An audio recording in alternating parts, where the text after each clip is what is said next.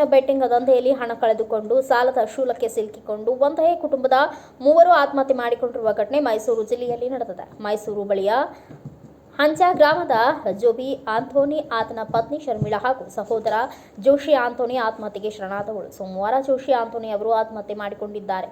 ತಮ್ಮ ಸಾವಿಗೂ ಮುನ್ನ video ಮಾಡಿಟ್ಟಿದ್ದ Joshi online ಬೆಟ್ಟಿಂಗ್ಗಾಗಿ ನನ್ನ ತಮ್ಮ ಜೋಬಿ ಮತ್ತು ಆತನ ಪತ್ನಿ ಶರ್ಮಿಳಾ ನನ್ನಿಂದ ಸಾಲ ಮಾಡಿದ್ದಾರೆ. ಸಾಲ ಮರುಪಾವತಿ ಮಾಡಲು ಸಾಧ್ಯವಾಗುತ್ತಿಲ್ಲ. ಜೋಬಿ ಮತ್ತು ಶರ್ಮಿಳಾ ಮಾಡಿದ ಮೋಸದಿಂದಾಗಿ ಊರು ತುಂಬಾ ಸಾಲ ಮಾಡಿಕೊಂಡಿದ್ದೇನೆ. ನನ್ನ ತಂಗಿಯಿಂದಲೂ ಸಾಲ ಮಾಡಿಸಿ ಮೋಸ ಮಾಡಿದ್ದಾರೆ. ಅವರ ವಿರುದ್ಧ ಕಾನೂನು ಕ್ರಮ ಜರುಗಿಸಬೇಕು ಎಂದು ಹೇಳಿದ್ದಾರೆ. ಜೋಶಿ ಅವರ ವಿಡಿಯೋ ಮಾಡಿಟ್ಟು ಸಾವನ್ನಪ್ಪಿರುವ ಬಗ್ಗೆ ತಿಳಿದ ಜೋಬಿ ಆಂಥೋನಿ ಮತ್ತು ಶರ್ಮಿಳಾ ಕೂಡ ಮಂಗಳವಾರ ಆತ್ಮಹತ್ಯೆ ಮಾಡಿಕೊಂಡಿದ್ದಾರೆ ಎಂದು ತಿಳಿದುಬಂದಿದೆ. ಇಬ್ಬರು ಬೆಟ್ಟಿಂಗ್ ದಂಧೆಯಲ್ಲಿ ಹಣ ಹಾಕಿ ಹೆಚ್ಚು ಸಂಪಾದನೆ ಮಾಡಬಹುದು ಎಂಬ ಆಮಿಷದಲ್ಲಿದ್ದು ಲಕ್ಷಾಂತರ ರೂಪಾಯಿ ಸಾಲ ಮಾಡಿಕೊಂಡಿದ್ರು ಎಂದು ವರದಿಯಾಗಿದೆ.